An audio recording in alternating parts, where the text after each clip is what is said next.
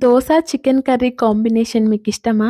అయితే ఈ వీడియో మీకోసమే. క్లీన్ చేసుకున్న చికెన్‌లో టేస్ట్‌కి సరిపడా సాల్టు, పసుపు, వాటర్ వేసుకొని 10 మినిట్స్ కుక్ చేసుకోవాలి. చికెన్ కుక్ అయిన తర్వాత పాన్‌లో ఆయిల్ వేసుకొని దాల్చిన చెక్క, లవంగ, ఆనియన్స్ ఆనియన్స్‌ని పచ్చివాసన పోయే వరకు ఫ్రై చేసుకోవాలి. ఆనియన్స్ ఫ్రై అయిన తర్వాత టమాటో పీసెస్ వేసుకొని సాఫ్ట్‌గా అయ్యే వరకు కుక్ చేసుకోవాలి. టమాటో కుక్ అయిన తర్వాత 2 స్పూన్స్ అల్లం వెల్లుల్లి పేస్ట్, కరివేపాకు, అల్లం వెల్లుల్లి పేస్ట్ పచ్చివాసన పోయే వరకు ఫ్రై చేసుకోవాలి. అల్లం వెల్లుల్లి పేస్ట్ ఫ్రై అయిన తర్వాత సాల్ట్, వేయించిన ధనియాల పొడి, స్పైసీకి తగినంత కారం వేసి మిక్స్ చేసుకోవాలి. హాఫ్ కేజీ చికెన్ కి 30 గ్రామ్స్ పచ్చి కొబ్బరి పేస్ట్ వేసుకొని మాడిపోనివ్వకుండా మిక్స్ చేసుకుంటూ 10 మినిట్స్ కుక్ చేసుకోవాలి. 10 మినిట్స్ తర్వాత మసాలా నుంచి ఆయిల్ సెపరేట్ అవుతుంది. ఇప్పుడు ముందుగా బాయిల్ చేసుకున్న చికెన్ ని యాడ్ చేసుకొని 10 మినిట్స్ హై ఫ్లేమ్ లో 20 మినిట్స్ మీడియం ఫ్లేమ్ లో కుక్ చేసుకుంటే చికెన్ కర్రీ రెడీ అయిపోతుంది.